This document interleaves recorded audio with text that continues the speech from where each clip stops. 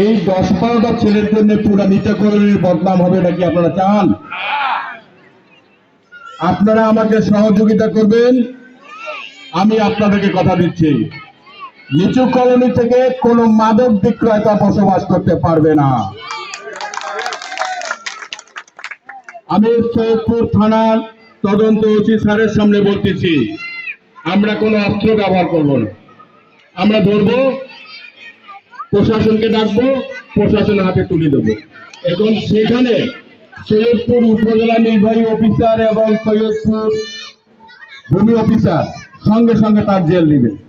কোনো মামলা মোকদ্দমা দিয়ে তাকে পাঠানো হবে না, সঙ্গে সঙ্গে 2 বছর 6 মাস 3 মাস এরকম সাজা দিয়ে তাকে আমরা জেলে পাঠাবো।